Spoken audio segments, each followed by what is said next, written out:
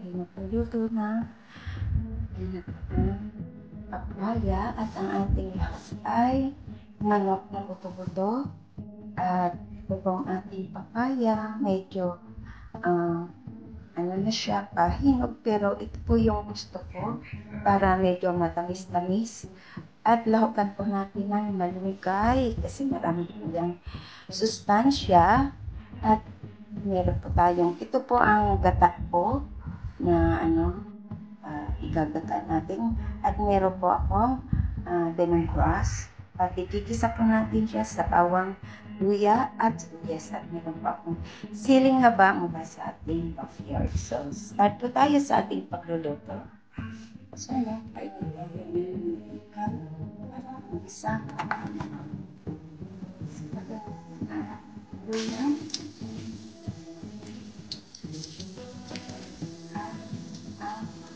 Luya ay bawang.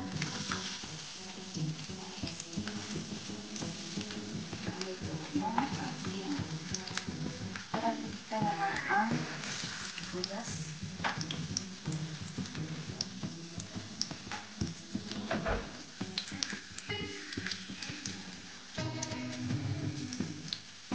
So, yan ang ating bawang at sibuyas at luya. Lagay na natin ating buto-buto na.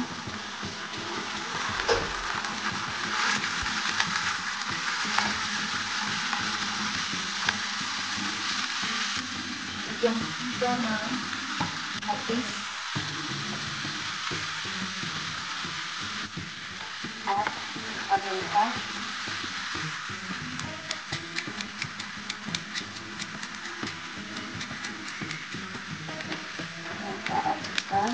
Lagyan ko natin ng seasoning o ang seasoning ko. So, mag-sarap konti lang kami. So,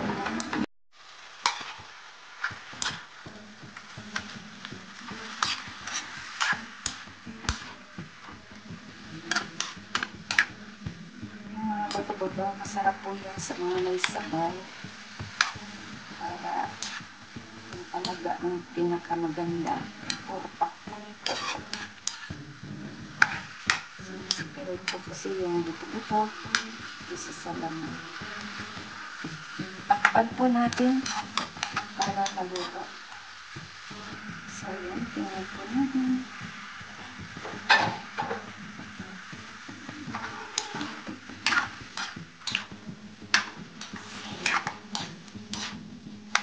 Lagay po natin yung ating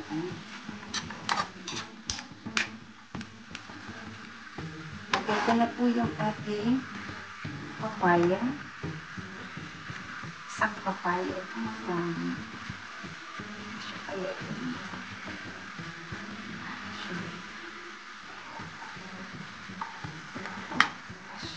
Kasya natin. Kasi itong kawaling po, sobrang liit po yan. Good for 2%. Maliit po yung kawaling. Very cute po yan. Favorite ko talaga siyang lutuan at may mga kawali pa akong iba. So yan, lagyan po natin siya ng sabaw. At tuloy po natin. Ilagay ko na po yung ating lemongrass para lumasa. At takpan po natin. So yan, check natin at nilipat ko nga pala siya sa maliit kong kaserola para so, check natin sa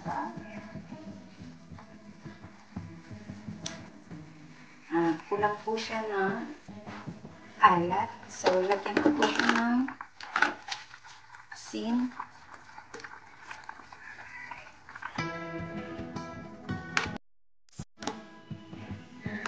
Lagyan ko po siya ng nor cubes. So, ayan, lagyan po natin yung nor cubes. Chicken nor cubes. So, ayan. Pag alam na natin na medyo luto na yung ating manok at saka papaya, ilagay na po natin ang gata. Ang ginamit kong gata ay yung fresh na. Kasi, para ma-stack ko siya. Kasi pag fresh talagang gata, hindi mo siya pwedeng i-stack. On the spot.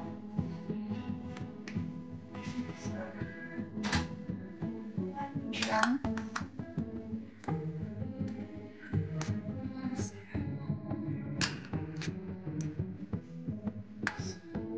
Ano natin itong sabaw. Pumunti. Gawin natin ang kanyang lasa.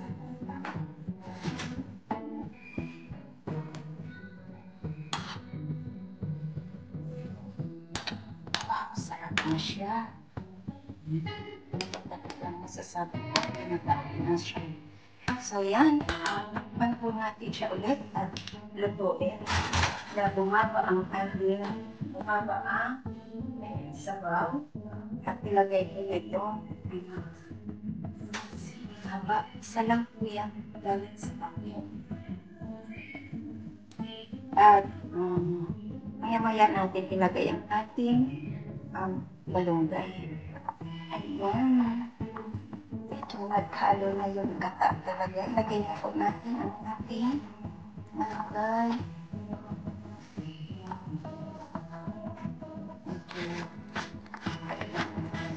Dami kasing malunggay sa amin.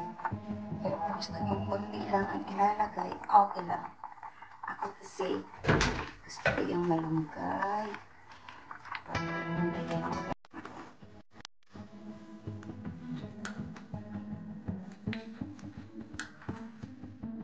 So, ayan na. Diba? Kaya mo ang dami. No, nalusog pala.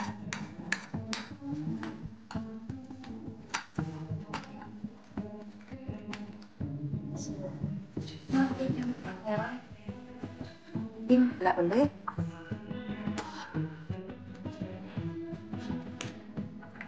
Wow, tama-tama na yun. Alam niya at ang kanyang timpla, swabing-swabi.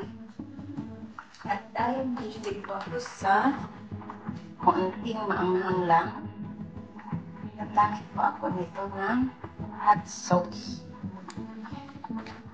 Pero ito po ay optional. Ang sili ko kasi haba ay hindi ko ginugit, kaya hindi siya anghang.